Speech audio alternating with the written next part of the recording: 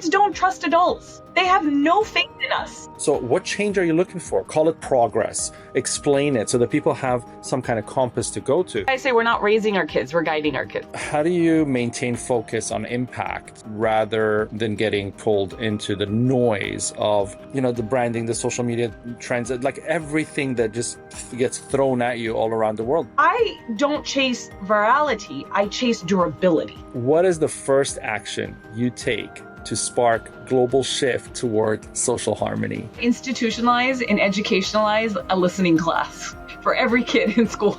Communication skills, that's part of your curriculum. That has to be part of it. It's not a soft skill, it's an infrastructure. My guest today, Dr. Zabina Bhasin, known lovingly as Dr. Z, is not just listening to the next generation, she's reshaping how the world responds to them. A Cornell-trained child and adolescent psychiatrist, global youth advocate, and Forbes Next 1000 entrepreneur, Dr. Z is the founder of Listen to the Kids.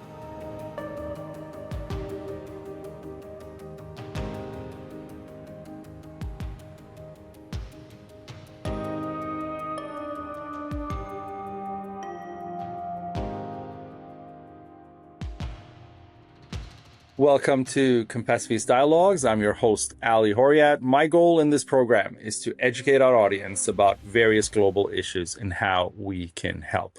My guest today, Dr. Zabina Bhasin, known lovingly as Dr. Z, is not just listening to the next generation, she's reshaping how the world responds to them. A Cornell-trained child and adolescent psychiatrist, global youth advocate, and Forbes Next 1000 entrepreneur, Dr. Z is the founder of Listen to the Kids, a movement built on a radical but simple idea. When children are truly heard, everything changes. Her influence spans global platforms from Good Morning America to international education initiatives, corporate boardrooms, and policy spaces. Through initiatives like Kids for Democracy, multicultural education platforms, corporate consulting, and her new book, Listen to the Kids, that's coming out soon, Dr. Z is crafting a new model of societal healing, one that centers intergenerational understanding, social emotional wellness, mental well-being, democracy education, and youth leadership. All of the points that Compassiviste tries to touch. She's not building a brand, she's building a global movement with children's voices at its heart. She also serves on the boards of Concordia, the Toy Association, the United Sikhs, using her expertise in child psychology to influence families, public policy, global education, and corporate DEI strategies that help us move beyond guidance toward genuine intergenerational understanding. Hello, Dr. Z, and welcome to Compassiviste Dialogues. Thank you for having me, Ali. I appreciate it. You are most welcome. So I've spoken to Dr. Z before. This is for the audience, and there's a lot of tangents that we can go on speaking because, when we speak, we kind of have to hang up on each other to stop because we could go long for the whole day. So, but I'm going to try to keep this very aligned into her work and listening about her journey and her focus. And I think the first question, though, I really want to I want you to share with the audience your background, not education, not Cornell, none of that, way back. You as a child growing up, India, US, moving, culture, change, how you got to where you are. Because I find and this is not necessarily, just to understand you or learn about how you got to where you are, but I also want the world, and especially you being in the United States, people to understand that people come from all sorts of backgrounds and they come from all sorts of places and they really contribute to the societies that we live in today. I had an experience today that was really enlightening in the sense that I had a call earlier, and there were about 8 people on that call, and every person was from literally a different part of the world, and they were there together trying to do something great together in the United States. And I thought to myself, what is an American, right? And so I really want to touch on who are you, right? Because you are an American. I am, so to the essence, I am. Born and raised you here. are exactly. You are an American. So I want to learn, more about you as from being born all the way to you sitting here. So, how do I start this? I think before I was born, I think the conversation comes from my parents. My father was an immigrant. He came to the United States at 18 years old. He went to college in Northern California, and he literally settled his life here. He became an engineer. He did his undergrad and his master's here. And then he went back to India, and he married my mom. She was quite young at that time. She came here, I want to say she was like 23, 24 maybe. And she did her master's at Long Beach. She was already a teacher, but she did her master's at Long Beach State. So both my parents came here not only as immigrants, but as young immigrants, and then educated themselves within the United States. Said, this is home now. This is basically where we're going to live. They both moved to Southern California. If I remember correctly from the stories I've heard, they lived in Torrance first, then they lived in like Norwalk, Cerritos, and then we lived in Cerritos. And my dad loves Cerritos. It was Cerritos, California at the time when my parents moved in the late 50s, early 60s was dairy farm. We're literally saying cows. There were cows there. Today, if any of you know Southern California and Cerritos, California, is one of the richest and most populated Asian communities in California.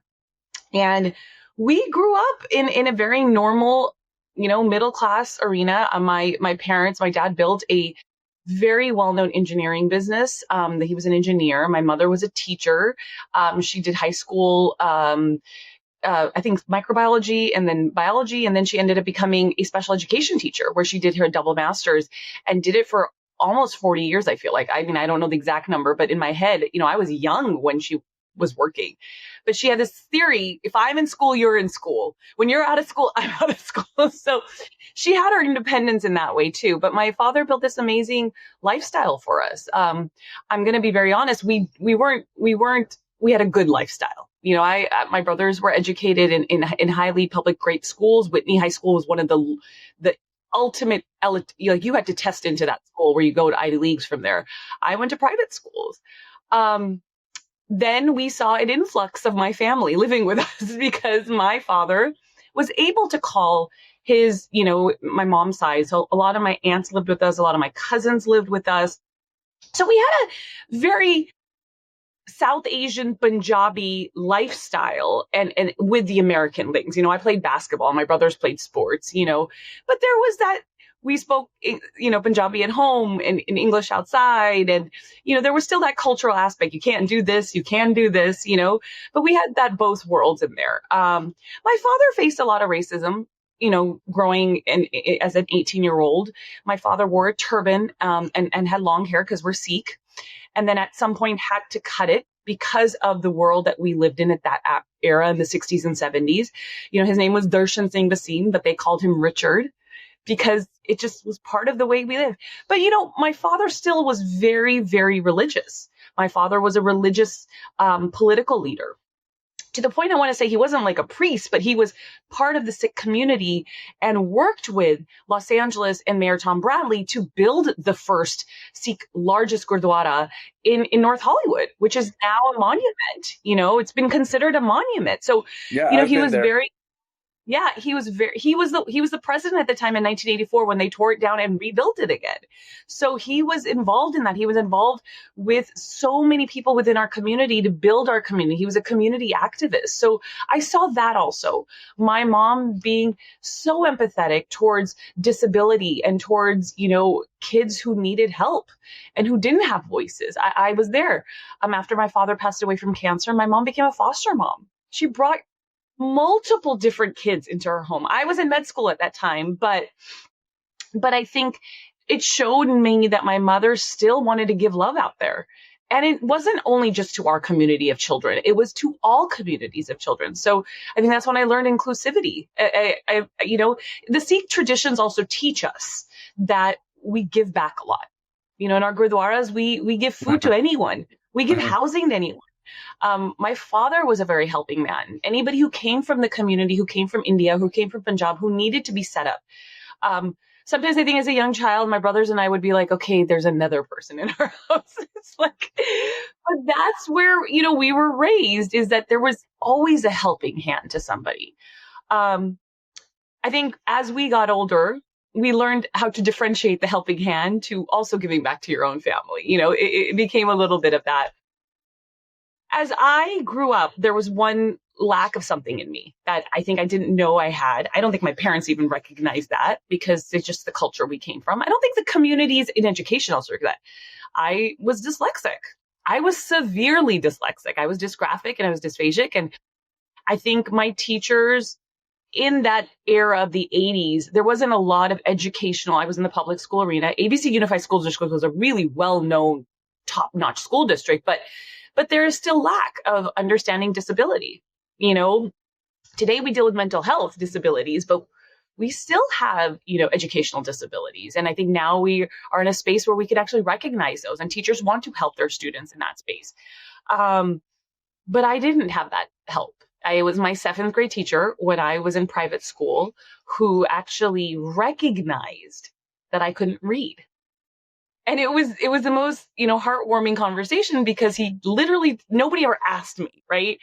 If you guys ever hear that a dyslexic person feels like a salesperson, it's because we're sailing through, or we're literally hiding behind something so we could just get through the next level. And he asked me if I could read. And I broke down and I said no.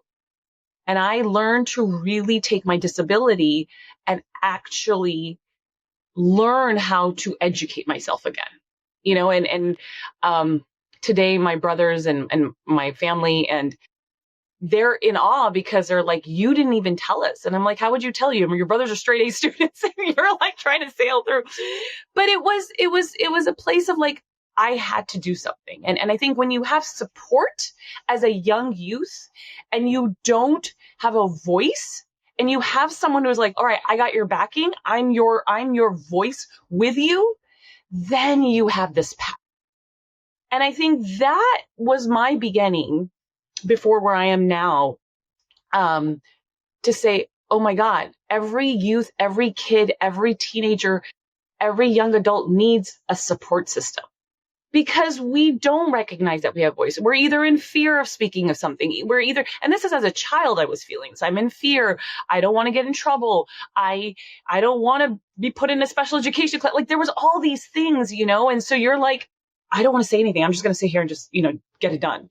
But I think once I had that voice or that partner or that mediator for my voice was kind of that thing of, okay, I can go do this now. So as time went along, I knew I wanted to work with kids, and I knew, my parents really gave me 3 choices. You're going to be a lawyer, engineer, or doctor. There was no other, I'm also going to be the first NBA woman like playing with Magic Johnson, which we all had our, things. But my dad hit me and he was like, all right, girl, you really need to figure this out because you're not playing for the NBA. And I think when I just decided to be a physician, I think one of the things my dad loved when I had this conversation with him, I went at 18, right out of high school. And he said to me, why do you want to work as a physician? I said, honestly, I want to help kids. And, I'm sitting here and talking to you, Ellie, and I remember my dad wrote me a letter and he said, do you remember you said, it's not just about kids here, it's kids around the world I want to help. And at that time, I think I was thinking pediatrics, health, medications, really in that. And now when I look back at it, after our conversation yesterday, I was kind of thinking through this. I have always wanted to help kids around the world in one form or another. Obviously, I didn't go into pediatrics because I went into an internship program there and I was like, yeah, this isn't happening. I just could not see children suffering. And then I had a very great mentor who was an attendee who said, I see how you go boots on the ground with these kids. And I really see you as someone who could be really good as a therapist. And I was like, psychiatry? And, in medicine, psychiatry still in those days wasn't like, why would I want to be a brain? Like, and I had to go experience it to understand it, because remember, psychiatry and therapy isn't just you sit in a room and you talk to a kid and you just give them a drug, or there's so many different ways to do therapy, and I learned through multiple avenues that I experienced that, I could do this in different ways. And I learned from one of my mentors when I was in residency, who said to me, you have to be in the same realm with these kids. If the kid is fighting it, you got to fight it with him. If the kid is crying, you got to sit there and just let him cry with you. You've got to be on the same level with them, because if you're not, then you're not helping them, because then they see you as an authority or a fear, and then they shut down. And he really recognized the fact that I had this place where if the kid was 5, I could be a 5-year-old. If the kid was 11, I could be an 11-year-old. If the kid was 17, I'm like, what's up? What's the new word? What's the new thing that we need to learn about? And I do. Nowadays the kids, mine are 10 and 8, or they say 6, 7. I got to tell you, they all know I hate it. But they do it with such passion to annoy me. And I'm like, let them annoy me. It's okay, And one of my daughter's friends, who I adore so much, she does it all the time to me. And she's even like, when I do my speech in my theater program, I'm going to recognize you and say 6, 7. But that's because I'm like, go for it. You have to connect with kids to give them their voice. And that's what I want to do. So as time went along, I built the toy company In KidZ, and then we went to talking to more toy people. And then I started working with more schools and working with more theater groups and I coach basketball. I just started seeing kids wanted to communicate. And I started asking them one question, and this happened about 5 years ago. I said, if there was one thing we as adults could change in ourselves to make your life easier, what would it be?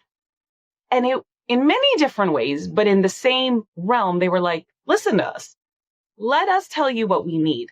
Let us tell you what we want. And I said, wait, what do you mean listen to you?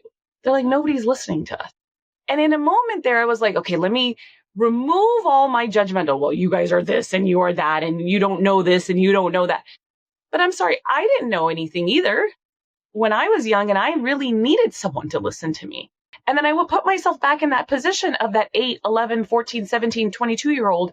And I said, what would my life be different if someone actually sat down and listened to me? And then I went back to Mr. Hopkins, who was my English lit teacher, and said, guess what? Because he listened to me, this is where I am. And that's kind of the story, because you were like, where you were and to where you are today is kind of the journey it took me to be like, we got to listen to these kids, because we have to create a world with them, not for them anymore. There's a lot you said there, and a lot of it resonates. No, a lot of it, I'm very happy that you said all of that, because a lot of it resonates. Some points that I really see coming across a lot of the successful people that I speak with, I work with, I collaborate with. Not success in the sense of, they became a multimillionaire because they did something or something like that, but success in the effect they have on their communities or surroundings or global or even on their street. And I noticed a few things that, kind of happen in all of them. And one of them is the support. So, you had that family support. You had that community support, your teacher, Mr. Hopkins. That is a form of community support. It's a teacher who cared. A lot of people don't have that today. They may not have that. They may not have the one teacher they can feel connected to, or, kind of be able to speak with, or the teacher cared enough to look one step further than just teaching the class and leaving, and all of that. Sometimes we do. I mean, a lot of people, you ask them, who's that one teacher that stood out? And then they tell you a story, right? They tell you, oh, Mr. or Mrs. So-and-so stood out. And they quickly tell you a story, because that story connects exactly to how it helped them. And your story is that, and it allowed you the courage of kind of coming out and seeing it through and working around it. And look at you now, doctor, right? And so, family support, community support, all of that helps into it. And then shaping yourself through your own needs and understandings. Growing up, you had those needs and you wanted to help. It didn't have to be med school. You could have been a social worker. You could have been anything. You just wanted to help at the start of it. But then, the family dynamics comes in again. And it's like, okay, you want to help. You can be a doctor to help children, right? And so that elevated form of education comes into play, which is, again, a natural kind of, stepping ladder coming from that background. Your father, your mother, they're both educated. They're both, your brothers were A students, they're educated. So it's a natural kind of movement into, okay, what do you want to do in university? There's not even a discussion. I have a lot of friends very much from your background, and there's never that conversation in their home, you want to start a band. Like, that's fine. You can start a band with your friends on Sundays, but Monday to Friday, what are you doing? What's your future? What education are you getting? What university, right? You can do all of that on Sunday. You can go play basketball with your friends on Saturday. Monday to Friday, you need to provide, you need to work, you need to, there's this ethics that goes into it. And so I understand exactly where, that came in for you.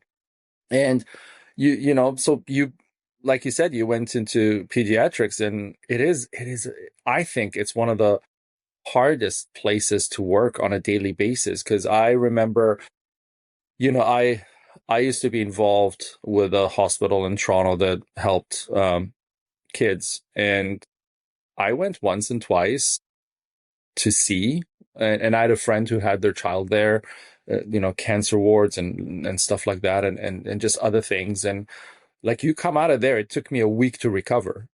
Just being there for an hour of seeing some of the things going on in the hospital. So I always think to myself, how do these guys do it? These doctors, they're dealing with these issues, and some of them are sicknesses that your heart breaks for the child, and some of them are traumatic. They're really difficult experiences. So I could have never been there. So I understand where you're coming from there. And then, working your way again through community. You had mentors who kind of saw in you a talent and said, shift here, that's where you belong, and that kind of moved you there. So it's always this community togetherness, this inclusivity, this love and compassion within the community to make it better, make it stronger, that develops us to where we are. So that's the reason why I asked that question, because I think a lot of it has to do with how our communities are united, and that builds the peace, builds the love, builds the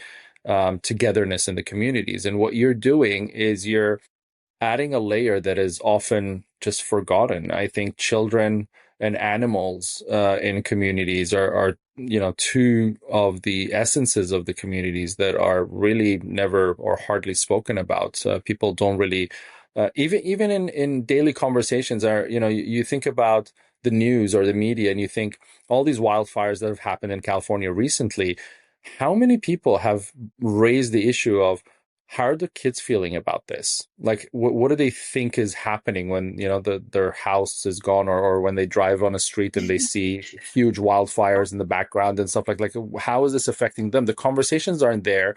The conversations aren't even in what happened to the animals in that region of the wildfire. Like, they all died, they burned. Like, how do we protect? How do we say, they're very marginalized. And you're touching on one of those greatest marginalized communities in the world today, which is children. So for me, you bridge psychiatry and entrepreneurship with some of the things you've done, and the education, and then the necessary policy requirements to make those changes. Because it's not just, I'm going to sit here and have, 25 children come to my office and do therapy, and that's the limit of what I can help and support. You're thinking in this global context of, we need policy shift so that, this can be fixed. So my question, and where I want to really go with this, is how do you maintain focus on impact rather than getting pulled into the noise of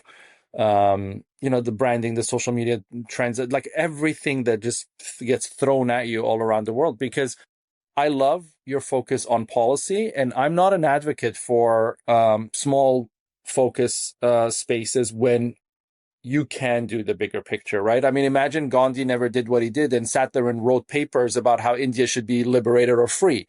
That's too big of a mind to be, like, for example, given, an OBE and sent to Oxford or Cambridge to teach courses on sociology or on some kind of history or something like, or law or whatever, and then die and then nobody knows you. But he actually got up and he said, no, I'm changing the world. And, by doing what he did, it changed the context of the world. So how do you, I'm not saying how are you going to be Gandhi, but how are you going to make that?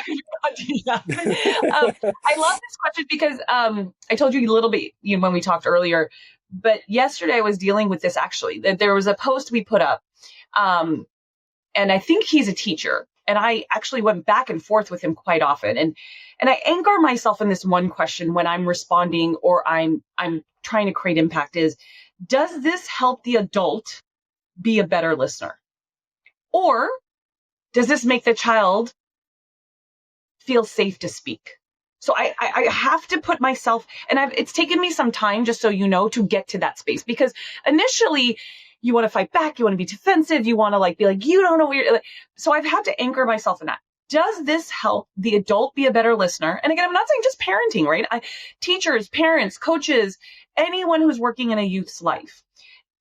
Or does this make the child feel safer to speak? Now, if the answer is no, then it's noise. I don't chase virality, I chase durability. Now, social media, love-hate relationship, it amplifies the message, right? But it can't be the mission for me. The work that we have to hold to is in the classrooms, in the kitchens, in the dining table, in the courtrooms, in the communities. These have to be long after the posts disappear. I mean, you made a comment yesterday to me. This is like generational transformational. And impact, and I think the youth is starting to see that, isn't measured by your likes or your follows. It's measured by behavioral change. And that's what we discussed, right? If you can change behavior, then you can stay focused by constantly returning to those kids. And those kids then will return to other kids. And then by themselves, you'll see this clearest compass path that we need to go through. So I have to do it that way. And I have to get the adults to be on board to do it that way. Because then the kids will come into themselves and keep making that change when they become adults. So that's really how I see it to work through, is I have to keep going back to that question to make sure that path is that way. And And is that a question everybody can ask? I mean, when you talk about the dinner table or when you talk about the kitchen or when you talk to the classroom, like, can every parent and teacher ask that question and kind of lead with the compassion of the answer of that question? Yeah. So here's the biggest part. Real listening, you got to slow down. If you're going to listen to someone, you have to slow down and you have to be enough to make that change in yourself. So what are those steps, right? Let's just say as an adult, we're sitting at the dinner table. We're having this open-ended, non-judgmental conversation with our kids, right? So it's not, so I have these things that I wrote down. I'm a writer still. I'm the old school to write notes for myself. It's not waiting to correct. Don't do that. It's not listening to respond. It's listening without an agenda. So I can say non-judgmental, but if you take those 3 steps while you slow your brain down to have enough time to listen, you have to make sure you're not correcting the person. So I'm going to say it the opposite way. You have to make sure you're listening, not responding to the person, and you're listening without an agenda. Human beings in general are the most judgmental people ever species on the world. And we are so quick. It takes us, if you have a conversation with someone, within 3 to 5 seconds, the other person will interrupt you to listen to themselves. And that is slowing yourself down so you do not interrupt the other person. So when you're doing with kids, it's even harder because you're the adult, right?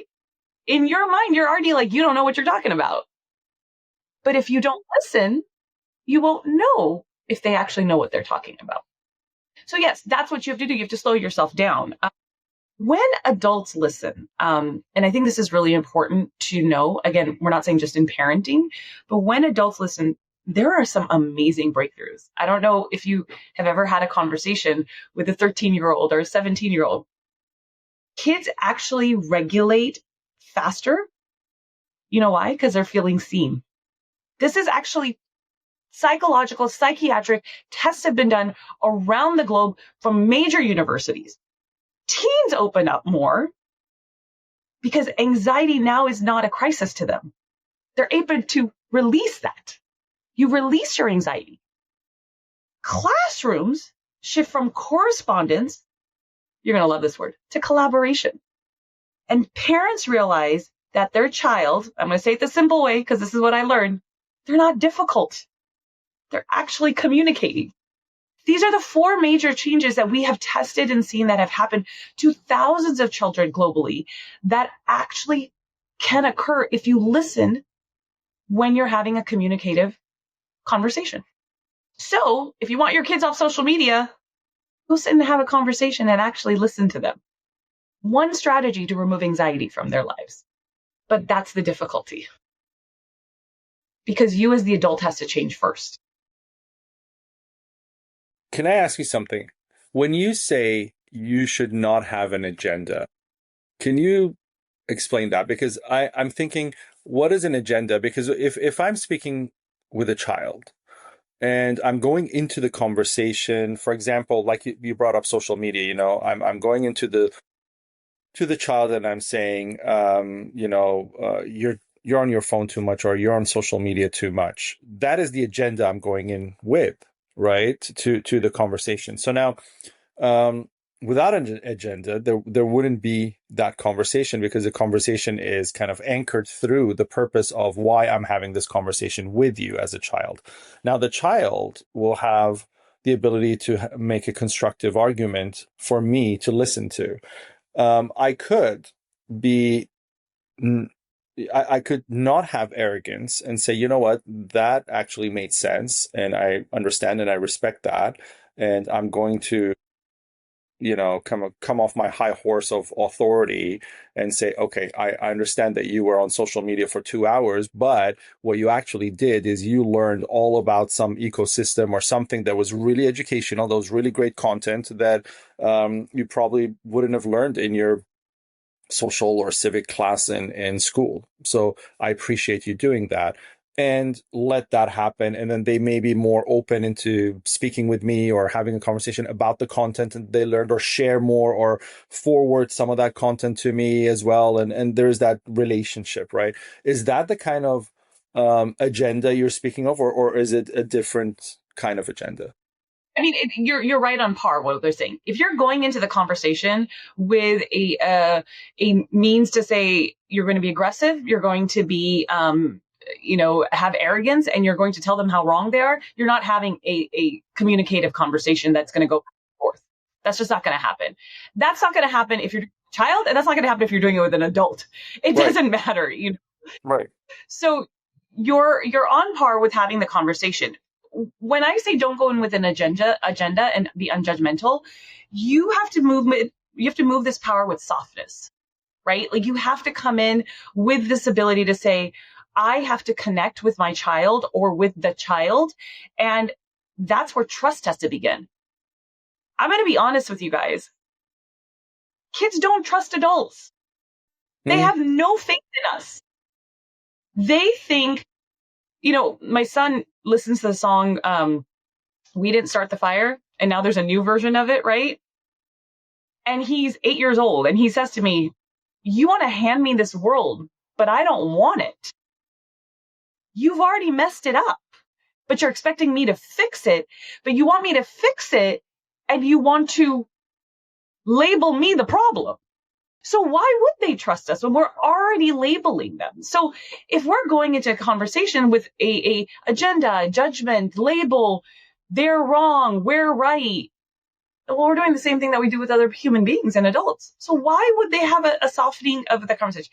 It's so interesting. I've heard so many parents and so many adults come up to me and they said the most powerful thing that they hear or they feel themselves when they have these communicative conversations with young kids or teenagers or adult kids is, I never thought of it that way. They're like, they go into this place of like, oh my God, you're right. Now we could have a direction that says, let's do it this way and maybe communicate. That's the classroom, right? You're going to go into collaboration. Why do teachers always are like, oh, I did 10, 12 hours of work, kids this. Are you actually hearing what their needs are? Let's reverse the conversation. Yes, there are parents who are going to come to the teachers and get frustrated, but are those parents listening to what their kids' needs are? So it's really that space, So yes, your path that you're saying is the correct way. Let's have this conversation. Kids need guidance. They're looking for it. They're thriving for it. They're not saying everything they do is correct, but they want to be part of the plan. They don't want to. No human being likes to be told what to do. I don't care if you're a young child or you're an adult. Everybody wants to be part of the plan and wants to be part of the communication and wants to be part of it. So when we say make digital, contracts with your children, but you got to follow it too. Make a plan that these are the rules and regulations. They're going to have to follow them when they're adults as well. But this is what it is. Be part of that. That's why we have voting. That's why we have democracy. Get them part of civil understanding. If you start it with them now, then they're going to understand it as adults. Because right now, a lot of young adults are like, our word doesn't matter. Why don't we vote? Because nobody gives a crap if we vote or not. We have no voice. So why should you do anything? That's a transformational change. So the younger kids start learning it now. By the time they're 18, they're going to start seeing that the mind frame could be changed and the voice could be used and whatever we say and do matters. Because right now, a lot of people don't feel that way. Mm-hmm. And the getting them involved is really important because I notice, some people do this. They tell their child, prepare a presentation and get ready for the debate. It's going to be at 7 p.m. tomorrow. And we're going to talk about, for example, the swimming pool access, or whatever else it may be. And so the kid then puts that effort in through their understanding and their world and everything else and comes to that boardroom meeting and presents. And, you have that discussion, argument, debate, any form that it ends up being. And if I sometimes tell parents this, if you can kind of not look at it as win or lose and not come in, like you said, with an agenda that I'm going to come in and shut down all of these conversations because I'm closing the pool anyways, that's kind of hypocritical. And it's showing them the power of oppression, right? It's showing them that you live in a dictatorship and the best way to get by in a dictatorship is to be hypocritical. Because it is a truth. If you live in a dictatorship, you learn to kind of slither through that dictatorship. You never stand up and raise your voice because they'll cut your head off, But you want to show democracy. And if you show democracy, then the child feels empowered to say, no, I have the right. I can speak, I can say, I can think, and I can do all those things. And when it's right, then it makes that transformational change in them. And when they grow up, they get there. So, it's a great way of putting it. Now, a really quick question, tangent question. I've heard you say this before. You say adult kids, and I love that you say that because in the West, mostly, and when I say the West, it's not kind of singling it out or generalizations or anything, but I mean, in the North American culture of the US and Canada, so to speak, when kids turn 18 or 21, there is this kind of understanding where, it changes overnight. Like now you're an adult, you deal with your own problems, you have financial issues, you worry about them yourself. And, and I remember a friend of mine, got into financial problems right after that 2008 recession. Yeah, she had bought a couple of. She was a little older than me. She had bought a couple of condos and stuff to rent out and everything else, and then the crash happened, and she was like in a disaster space, and she was contemplating, all of these dangerous ways to recuperate some funds, to be able to support, going forward. Because, she's 23 years old and she thinks, what can I need, $20,000. What can I do? I'm going to go and do all these crazy things to make $20,000 in 1 month so that I can cover all this. And I remember she was speaking with her mom, and I say this story a lot, because it's so powerful. She was crying, and her mom said, and her parents lived about 5 hours away. And so she said, why don't you come over on the weekend and let's talk? And she said, okay, whatever. When she went there, the parents actually sat with her and they did an assessment of everything she had done as an adult kid, basically, and supported her through the problem. And it was a small problem for them. I mean, granted, they were wealthy and they could support her through the problems and everything. Not everybody's in that situation, but in that specific moment, they came in, they helped, and they probably avoided much bigger problems and much bigger, things that you can't take back as you age. And they were really there for that adult kid, right? And it fixed itself, and it was done, and she was happy, and life went on, and they were supportive, and they had that conversation. The reason all this happened is because the mom kind of allowed this, let me communicate with my child process to happen, as opposed to the child not speaking about it, the parents having this, short conversation of, how you doing? How's the weather? How's your boyfriend or something? And then how's work? Okay, great. We'll talk to you soon. Oh, Nana called. She says hi too, and blah, blah, blah. And then, the neighbor's dog was found who was lost 2 days ago, and some very surface level material, and goodbye. And then you hang up, and your solution base is your friends, your peer, and you tap into your peer's abilities to help you solve your problems. And then sometimes that goes, south really quickly, and it becomes disaster. So when we were speaking yesterday and you said adult kids, and then you explained, how the brain doesn't really develop until a certain age and all that. So this is really for the parents. I want you to speak to the parents and tell them that their children are still kids, even though they're 25, even though they may have a really good job, even though they may be a doctor. I mean, you can be an ER doctor at 26, saving lives and stuff like that, but you still may be very young. So how do you connect there, and how do you stay involved, and how do you not kind of like become heavy on the child in terms of parenting and stuff, so that there is that relationship? So this is like 2 or 3 different parts, right? There are multiple people who still are involved in their kids' lives, Yes. between 18 and 27, or even after. I think culturally that we're seeing the shift of that, that parents know this.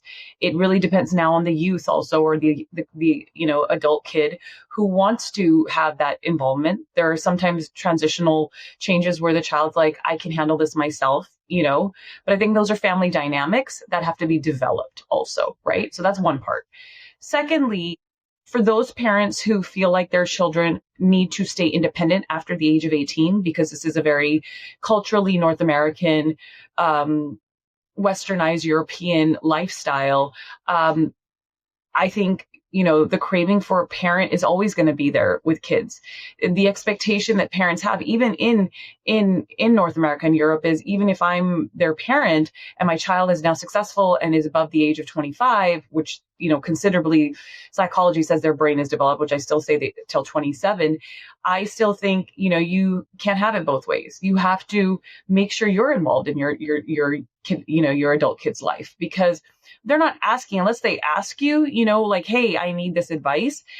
You don't have to give them advices. Again, family dynamics go back into it, right? I can't give that. We're seeing a phenomenon lately of adult kids who are cutting off their parents.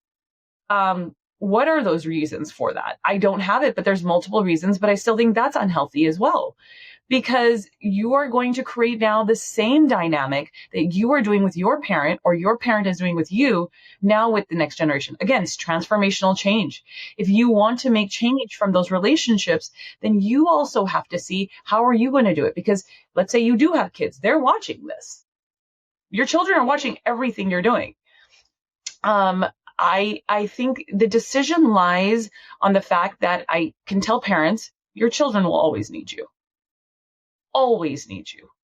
Vice versa, the child or the kid adult will always need them. It is how are you breaking through that barrier of saying, this is the cultural phenomenon and now you have to be on your own.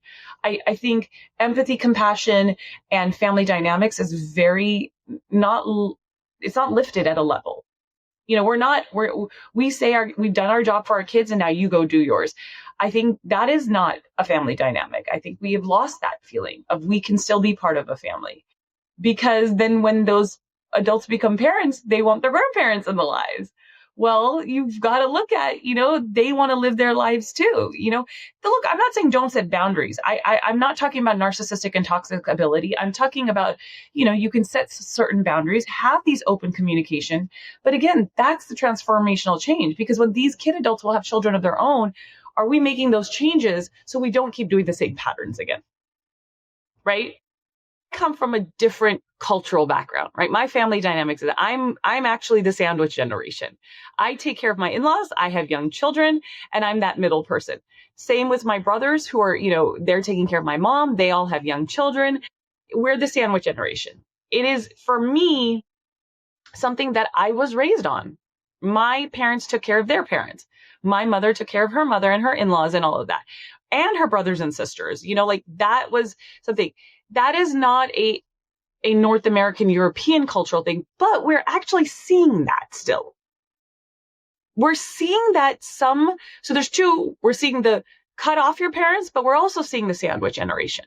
So it's now, how do we take those two and we actually change how we think about our adult parents and our kid adults, right? How are we going to make that change so that the next generation, the alphas and betas, don't make the same mistakes that we were making? How do we cut off narcissicity and toxicity, create boundaries within families, but also say we as the adults and the parents are still there for you no matter what age you are for your child? My kids, we have this thing in our house. My husband and I say this, and my kids are young, right? It was hilarious. We've always thought my daughter is going to be the one. She's going to be the one to take care of us, who's going to do everything for us. Like, I never have to worry about it. It doesn't matter where I live. She's always going to be that empathy caretaker. And one day my husband sat down and we were just sitting as a family talking. And she's like, yeah, you'll just live next door, like da-da-da-dee, and have your own place. And my son goes, no, they're going to live with me and I'm going to take care of them. And my husband turned around and goes, what? Zane's the one who's going to take care of me. Again, I don't think my daughter, they're young, right? But they're seeing that. They're seeing that we live next door to his parents. We're caretakers for them. My brother-in-law is the caretaker also. But they're not like, hey, we're going to cut you off. And my daughter says this. She goes, I don't care how old I am. I'm still going to be your daughter. And it's the truth. She will be my daughter. Same way, whatever the dynamic is between me and my parents, I'm still going to be their daughter. I am always going to be my mother's daughter. That never changes. Same way, mothers and fathers, you will always be parents to your children. It doesn't change. In whatever, you will always be their parent. I think that is the one thing we have to recognize as parents. We're never not going to be their parent. And guidance at any age is received with love. And that's what that mother and father were giving. They weren't telling her what to do. They were giving her guidance. And when you open up a conversation with guidance, now you have created communication. Because again, you're not being told what to do. This is why I say we're not raising our kids, we're guiding our kids. Let's speak about that because that's in your upcoming book, right? You challenged the idea of using the term raising children. And I love that you challenged that because I've spent so much time challenging the idea of using the word change. Everybody says, be the change you want to see, or be change, or let's change. And I say change has no direction as a word. Like, we can change to a dictatorship, or we can change to a better democracy, and they're both changes. So what change are you looking for? Call it progress, explain it so that people have some kind of compass to go to. And when I think of you, challenging the word raising children, it takes me right there. So, to you, it's guiding, because raising has this arm of control, and I'll let you speak on it. But it's, yes, I want you to speak to that. Yeah, you're exactly saying it. Raising is hierarchy because you are making a decision for that individual, right? Guidance is partnership. It's that simple. When you raise something, first of all, we don't raise anything. We raise animals. We raise plants. We raise flowers. We raise non-human entities. But if you are raising a child, or you have decided that, then you have a expectation, or you've created an outcome for that, right? Chicken get raised. They're either lay eggs or they go and get slaughtered. You have raised something for an outcome. It's a definitive purpose. It's a definitive purpose. That is a beautiful way of saying it. Guidance is a communicative partnership. It's guiding means we don't shape our children. We need to help them discover. We need to help them already be who they are, but uplift that, right? They need to bring that out. For example, and I like to take it back to my own kids because I don't like to talk about anybody else's kids just for legality purposes. But my son, he recently got diagnosed with ADHD, but the posterior lobe, which is the motor activity. You can't take medication for this. You can't do anything. But we realize with his focus ability, and it's really nice that we talk about music, he's musically inclined. He gets on a digital app and starts making music, and then gets on the piano, then gets on the guitar, and then he mixes. He got his first DJ system. It's like 4 years old or 5 years old. He did this show for us, and I'm sitting here going, I have no music. I don't know how to sing. If you want me to, don't ask me because it's going to be bad. But he just did that, and I think the world is changing so fast, like you said, with AI, climate anxiety, social disruption, and the guidance gave me this thing of, okay, I need to create adaptability for him. I need to create his own self-trust, his own way of ethically looking at this, because I don't want his disability to take him back. But also, I have to show him that this is he's helping discover his own self, right? Here's like things that we need to do. He doesn't like going to classes. He doesn't want to do guitar classes. But I'm like, look, think about it this way. If you learn the guitar, but then you hear this stream, and I don't know all the words for music, but his music teacher, then you can create the chords and write the music. But that's discovering for him, right? Of course, I want him to be educationally smart too. I want him to know his timetables. I want him to know, but I know where he's going to succeed also, right? I'm going to give him more of that.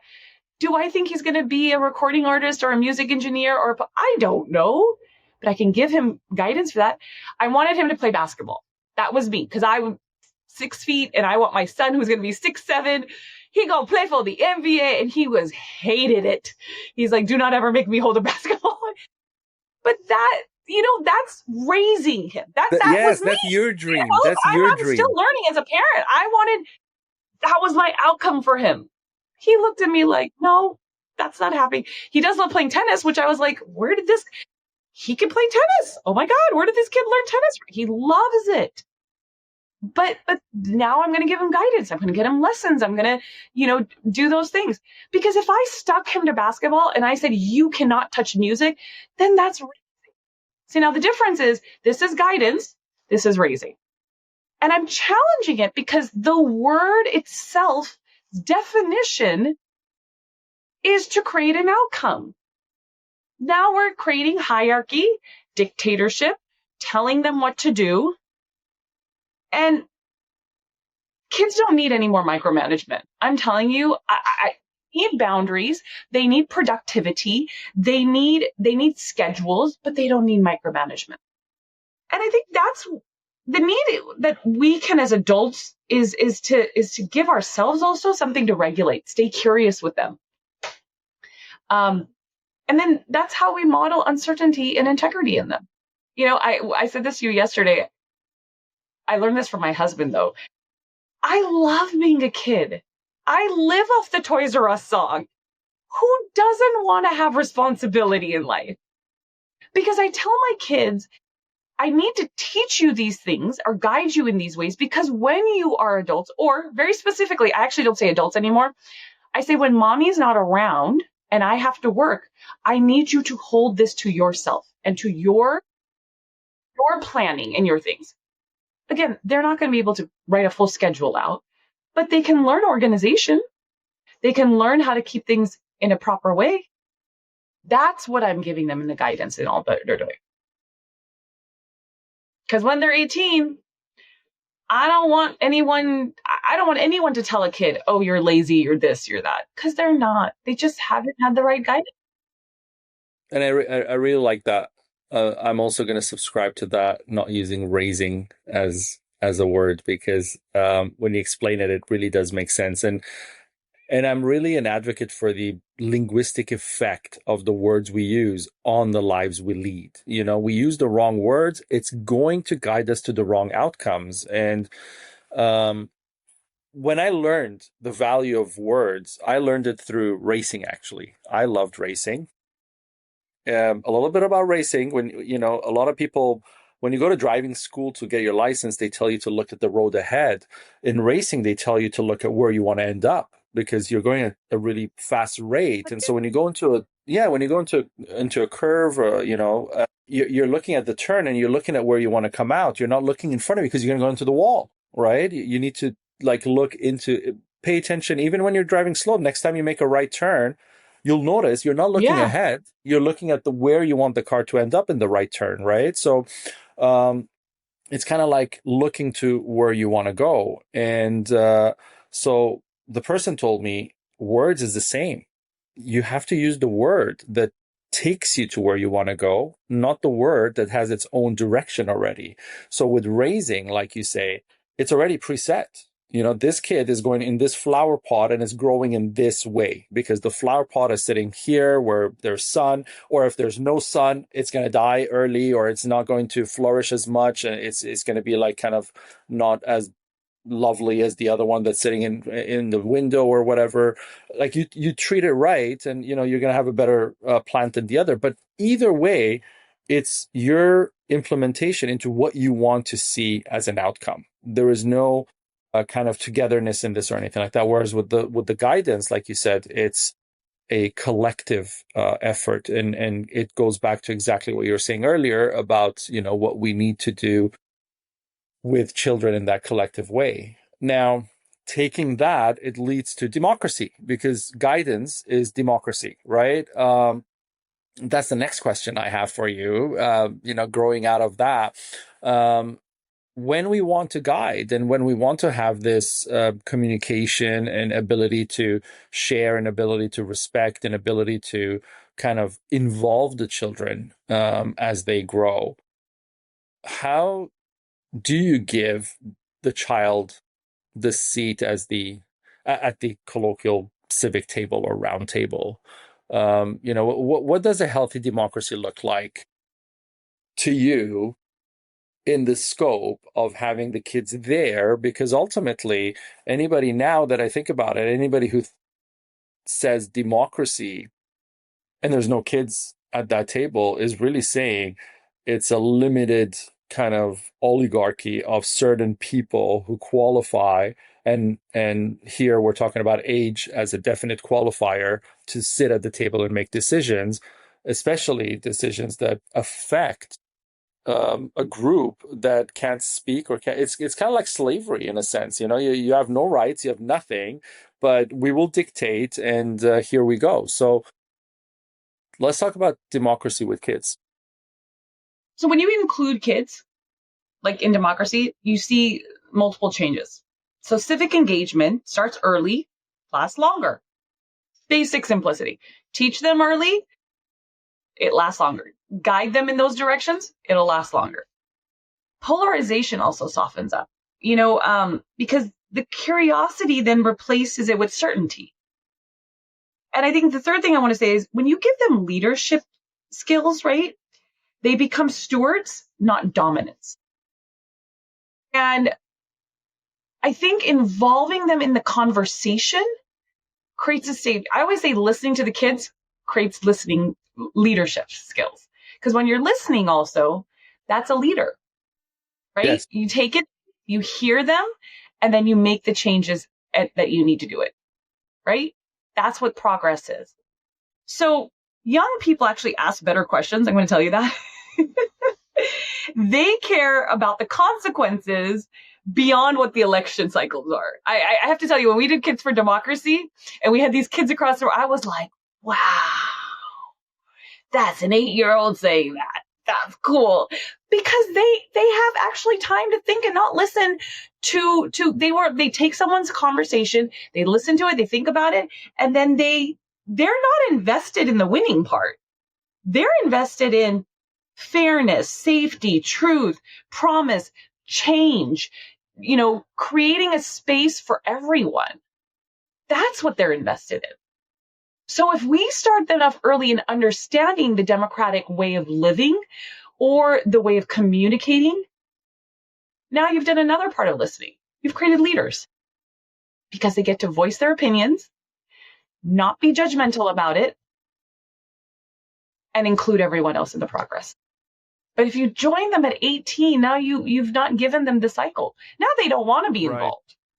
Now they're like, we don't care. We got enough that we have to deal with. And this is a recent phenomenon. I want to say probably the last 2 election cycles, we've seen that. Yes. Or you taint them and progressively go in one direction and don't have open-mindedness for other situations.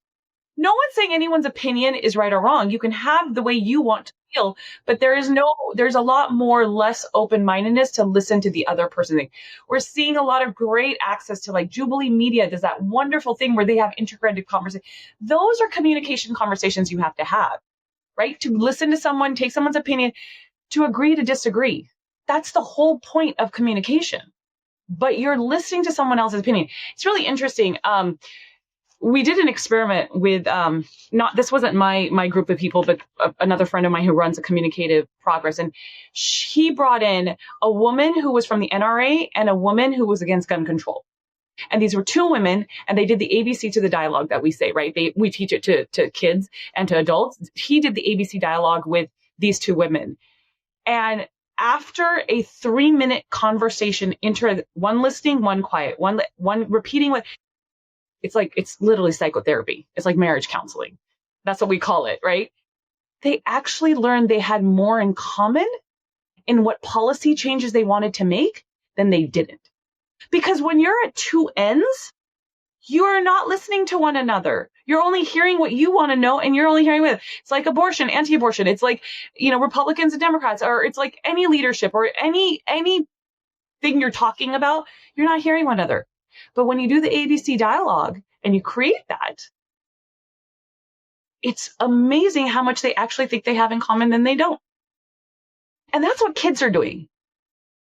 If we start doing that with kids now to create civic engagement, again, it's transformational change.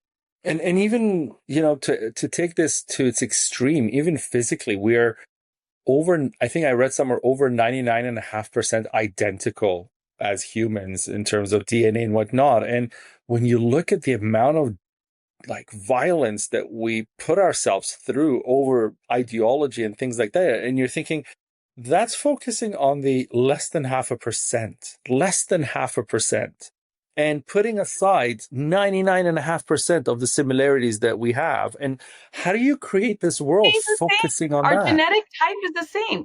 If you look at our DNA, we're all typed the same. We just have different skin. It's mixed a little bit. The genotype, the letters are all the same. Every human being has the same genotype. Mm-hmm.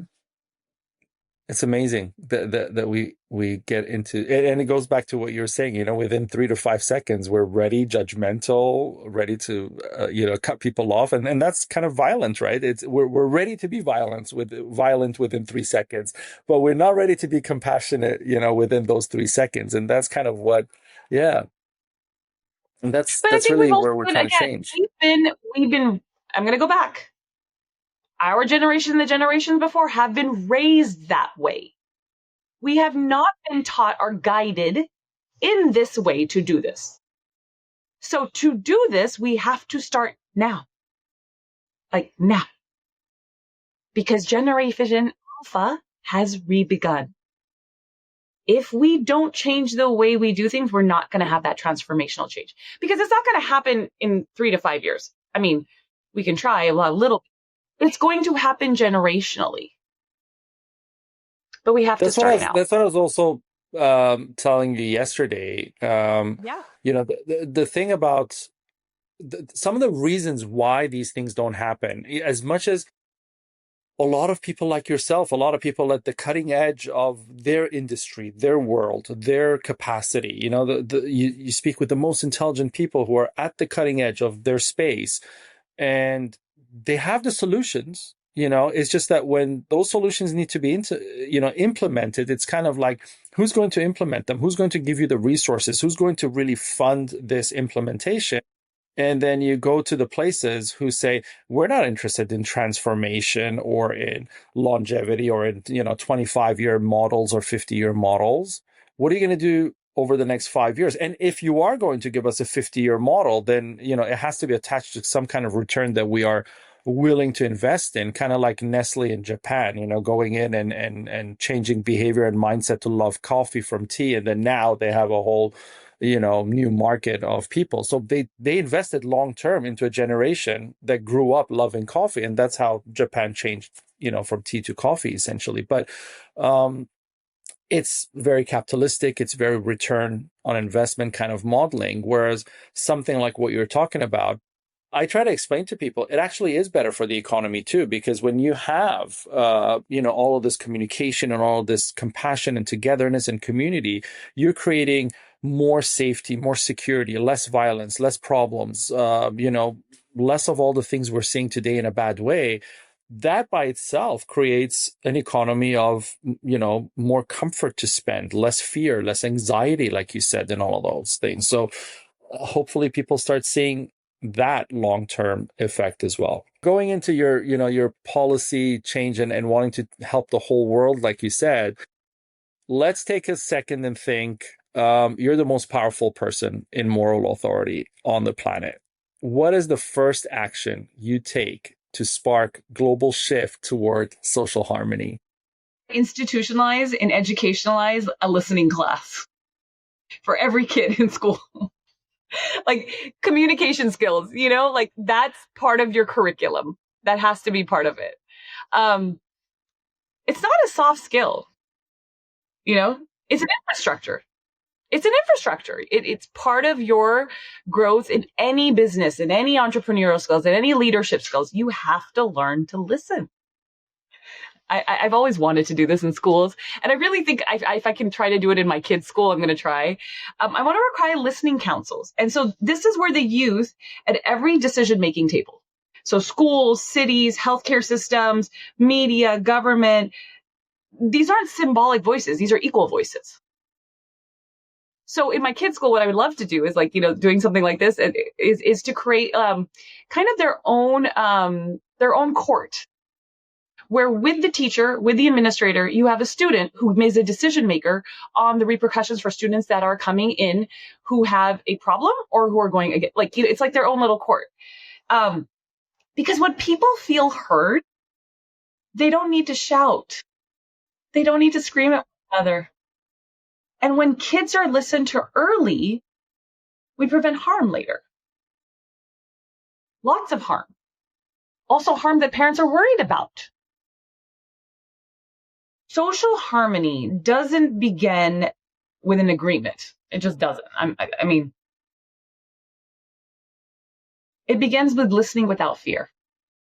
So that's what I would do. That's powerful. And I think it's something that is more and more required today because we communicate at levels that generations before us never were able to. I mean, when you go back to our grandparents' age, people communicated with people on their street at best and in their neighborhood. I mean, how far did you go? There weren't even phones back then everywhere. And it wasn't like, you weren't getting in a car and driving distances and stuff like that. So everything was very local. And so you had a certain base that you communicated with and grew with. And beyond that, there really wasn't anything. So this is really powerful to be able to bring people to a communication that works. And I think even online, you notice that the violence and communication online is really, out of hand. And I think when people get to that place where they're not fearfully responding or angrily responding, which is part of that fear base coming out, it reduces that, and you can have more collaboration and more communication and more cooperation, and even agreeing to disagree becomes civil and kind of formative to reach some higher conclusion as opposed to anger or fear or any of that. Dr. Z, thank you for speaking on Compassiviste Dialogues, and thank you for reminding us that the answers we're searching for might already be in the room, just in smaller voices we haven't paused long enough to listen to and hear. You're leading a quiet revolution, one where children are not molded to fit the world as it is, but invited to shape the world that should be, that they want. Your work is a challenge to our current orders. It's a blueprint for the future and a promise with the children that we will, when we do truly listen to the next generation and not judge them and not raise them, but guide them, that this is the beginning of the healing process for the entire society. And it's the beginning of what guides to social harmony as that end point. Like you said, nothing starts with harmony, it ends with harmony. That's the end goal. So, and that's a beautiful place to be. To our audience, please subscribe to Compassiviste Dialogues so I can bring you more lovely voices and people like Dr. Z today, and people who can teach us things like don't raise, guide. Follow us on our social media. All links to Dr. Z, listen to the kids for Democracy, her new book that's coming out, and Compassiviste are listed right below. So please go check out Dr. Z. We're here to help change the world together. I'm Ali Horia.